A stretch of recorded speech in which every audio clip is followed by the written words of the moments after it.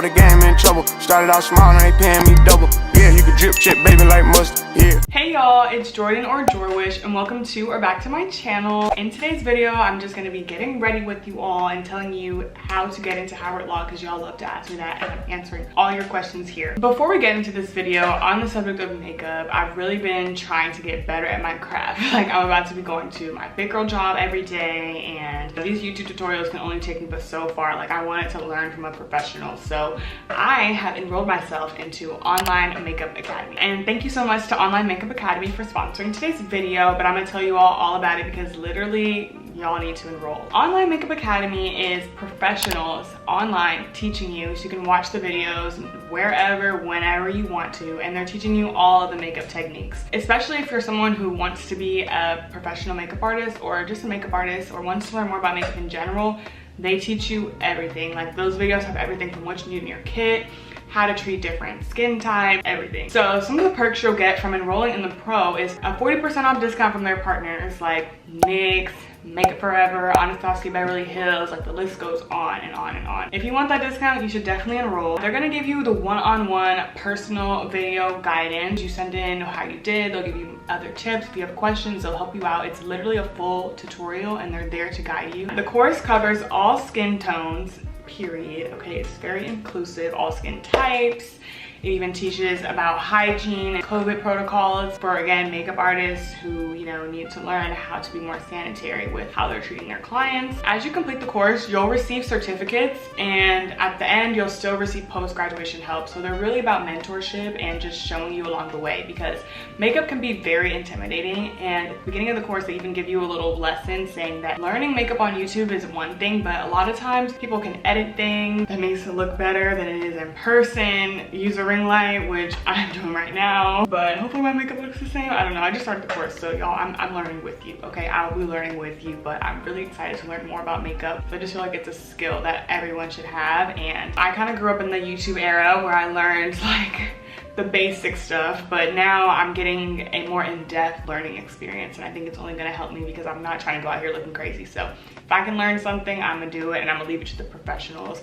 I'm not gonna just do some random person on YouTube that probably has no credentials. Like, these people are legit. Definitely enroll and tell them that I sent you, and let me know how you like the lessons, because I'm in there too, so we can be classmates together, okay? Thank you so much again to Online Makeup Academy for working with me on this video. Okay, without further ado, let's get into it. Okay, y'all, I feel like I haven't done a chit chat get ready with me in kind of a while, so I'm just gonna start with this moisturizer. It's from Glossier. I'll try to have all the products that I use linked down below, and I'm going for like a natural look, low-key. This is like the only makeup look I know how to do, so that's what we're doing. But we're learning, and I'm gonna tell you all, I mean, I'm sure I already told you all before this, but I'm in Online Makeup Academy and learning more about makeup. So I'm in the learning process with you all. So as you all learn, I'm probably gonna be learning with you. So I'm sure you all know already from the title of this video, I'm just gonna be telling you all how to get into Howard Law, how I got into Howard. Not that long of a story, but I'm just gonna tell you all because I get this question all the time, and so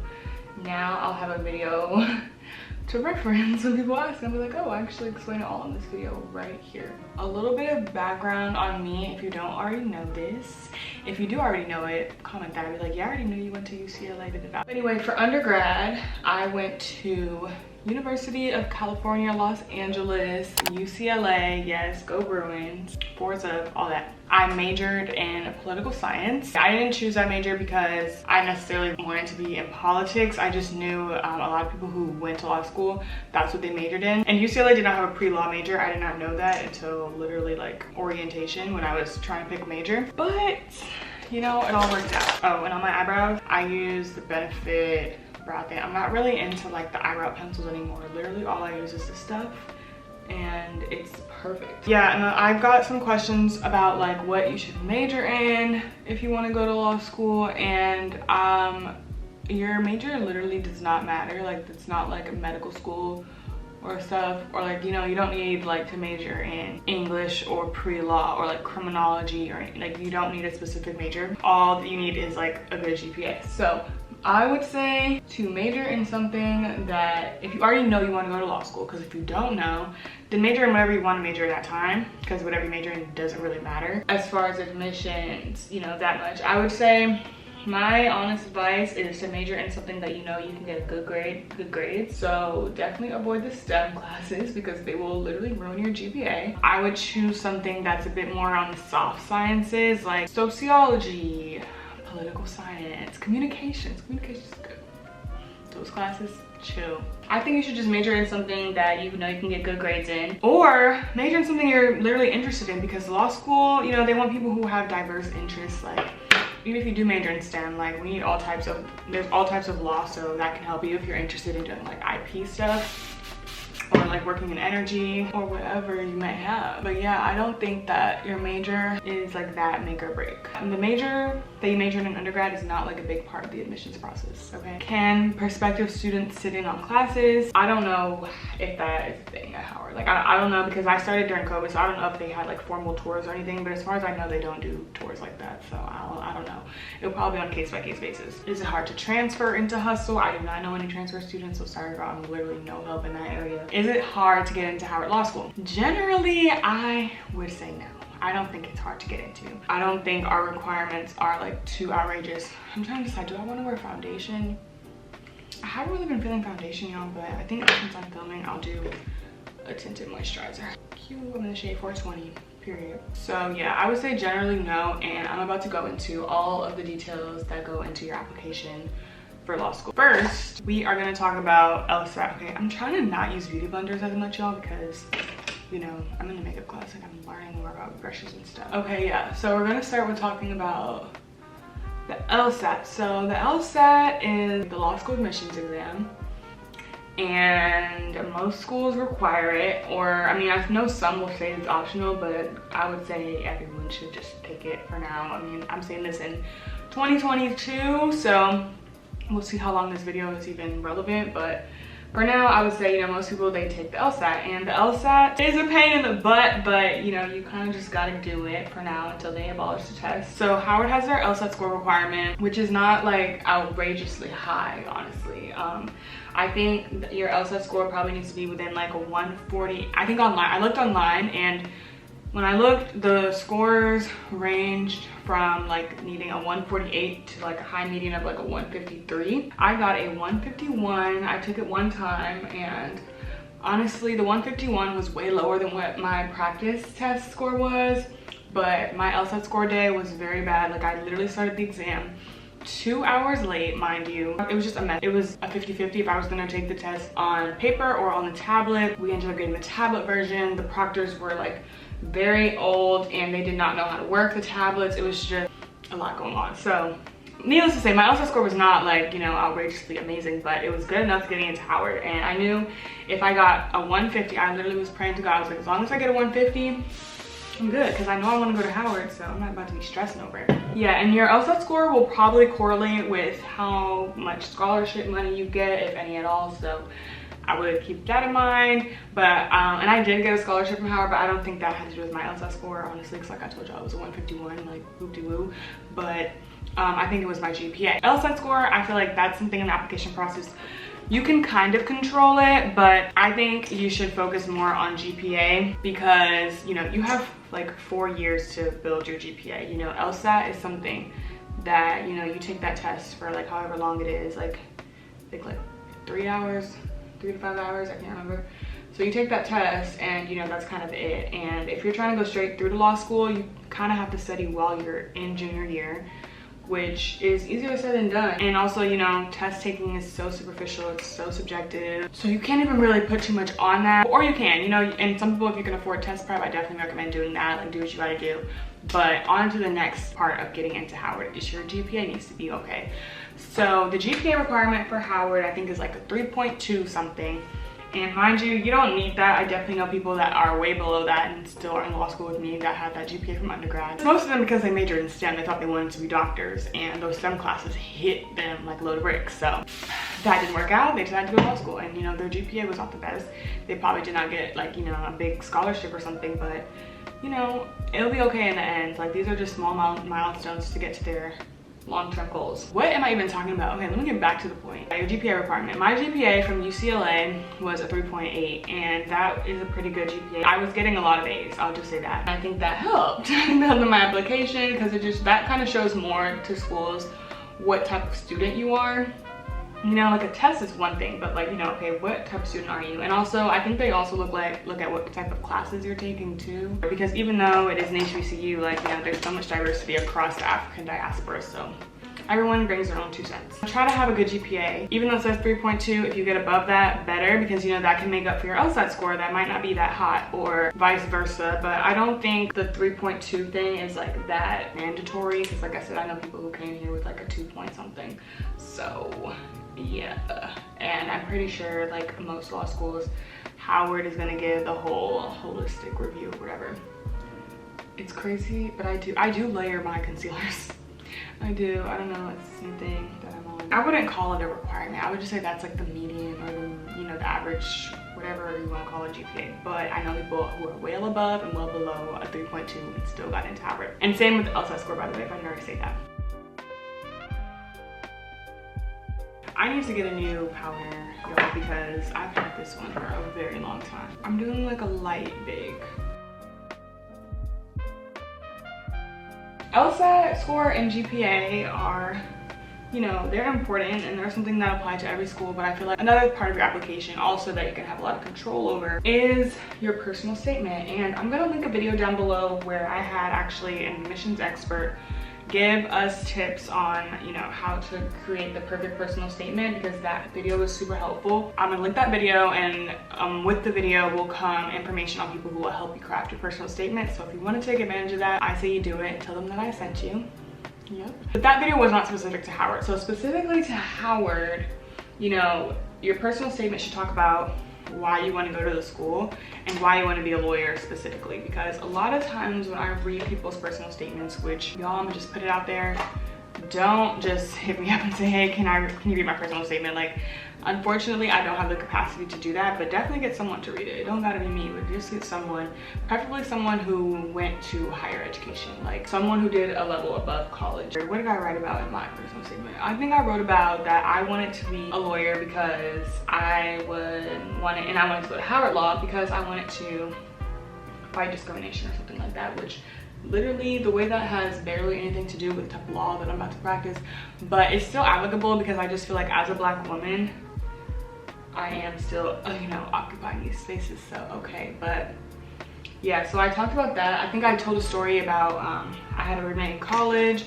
and like she didn't know how to do her natural hair, and I just kind of connected that to me starting a natural hair care and community service-based organization at my school. Just me taking all these leadership roles at school, and how I kind of also wanted to be an advocate in my community because I wanted to just like give people more access to the knowledge and information, because that's basically what a lawyer does, you know, like you are being kind of like a translator in a way of just helping people, because the system is just so complicated and we're the ones that are supposed to navigate it or help people navigate it. So that's kind of what I talked about, if that makes any sense. You can talk about anything. I would just say to definitely have a spot in there that ties it specifically to Howard, because I'm just going to assume you're going to be applying to multiple schools. Don't forget to be a little bit specific, you know, like say, oh, like I have this connection with DC because X, Y, and Z, or I want to go to Howard because of the history X, Y, and Z, or this professor is studying X, Y, and Z. Oh, you all have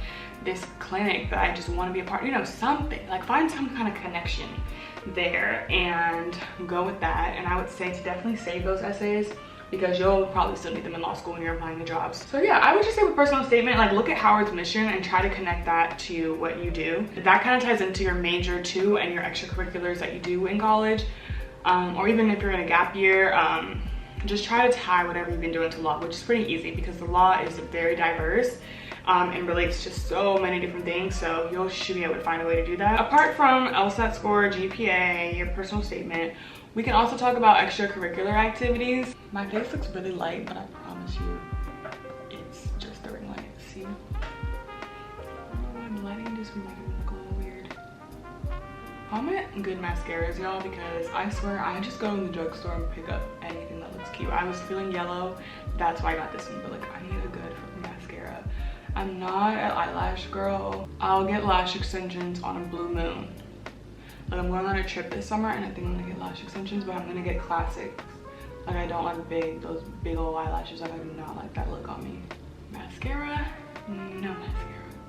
Extracurricular activities are still very important because that also kind of shows them what type of student you're going to be in their community. Point blank period, regardless of the school, if it's Howard, if it's Northwestern, if it's Emory, any law school, they just want to know more about you, and your extracurriculars are your perfect time to tell them that. I would say to make sure you have some sort of community service experience. So for me, I worked at this organization during undergrad. Every Saturday we would go out to Compton and teach young kids, like literally all ages, like literally 3 to probably 15. We would teach some Black history every Saturday. I just did so much community service in school, honestly. I'm very service oriented. Definitely pointed that out and tied that into wanting to be a lawyer too, because serving your community, that's what Howard's mission is for their lawyers. We are a social justice school. We believe in creating people who are change makers. So you want to show the school that that's what you've been doing, and you want to continue to do that and do them for multiple years.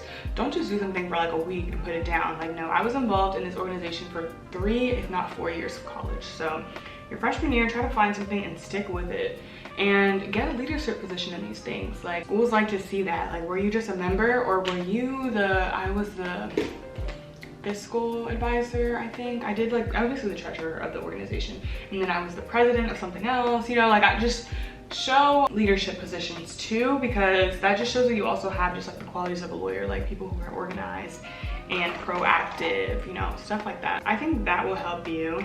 But I will say that this whole admissions thing is crazy. It's you never know, which is so stressful. Sorry, using this blush that I've had again for a really long time. I need to get new makeup. But anyway, this whole admissions stuff, it can be really stressful. And I know if you're watching this video and you're going through that, you know, I hope this gives you some sort of relief. But I also know what it's like to be in your shoes and just be super stressed out and feeling like the world is gonna end if you don't get your top choice or something like that. So I get it, and I was the same way. I was literally a nervous wreck. So I get it, but I would just say, you know, you're gonna be fine, and whatever's meant for you is gonna happen. And you know, if it doesn't happen this round, then you can get in, you can apply again, or you can go to another school and you'll be okay. God willing, you will be all right. Definitely let me know if you'll have any other questions. Howard does not do interviews. I think they look.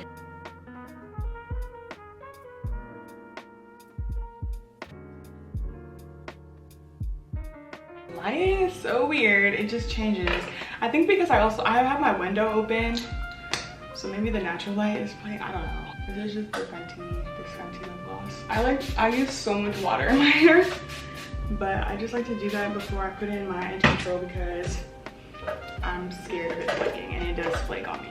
Also, I will say that the admissions process changes so much, and I think people are moving away from prioritizing testing. I really do. I hope they do, because that test was brutal as well. Do we have the final look? Do we have the final look? So basic, y'all.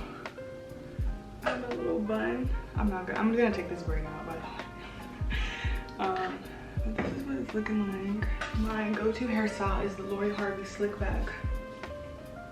So, because that's literally all I know how to do. But you know, effortless. I love an effortless look. I do. Okay, I'm just gonna take this braid out. I probably braided this like an hour ago, so it's definitely still wet, but just to create some texture and hide my heat damage. That's kind of cute-ish. I don't know. This is what we're working with today, right? I'm probably gonna end up putting my hair in a bun. For now, we have the pony, and I think it's cute. I hope I answered most of your admissions questions. If you have any other questions, just comment them down below. But I will say, make sure you watch my videos, y'all. And I put a lot. I have a whole playlist dedicated to 1L advice and law school FAQs, because I answer most stuff y'all ask, like I've already answered in the video. So try to watch them, but I'm also happy to answer short questions in the comments. So yeah, and thank you again to Online Makeup for sponsoring this video. And it's gonna help your girl get better at doing makeup. Okay, so period. That maybe this basic look will be elevated before you know it. I just feel like I want to blend it out a little bit more. But this is my makeup look, period. Okay, y'all. Thanks for watching, and stay tuned for more content. I'm coming at y'all this summer. Okay, I'm literally just yapping at this one. All right, bye y'all. Uh-oh, the game in trouble. Started out small, now they paying me double. Yeah, you can drip check, baby, like mustard. Yeah.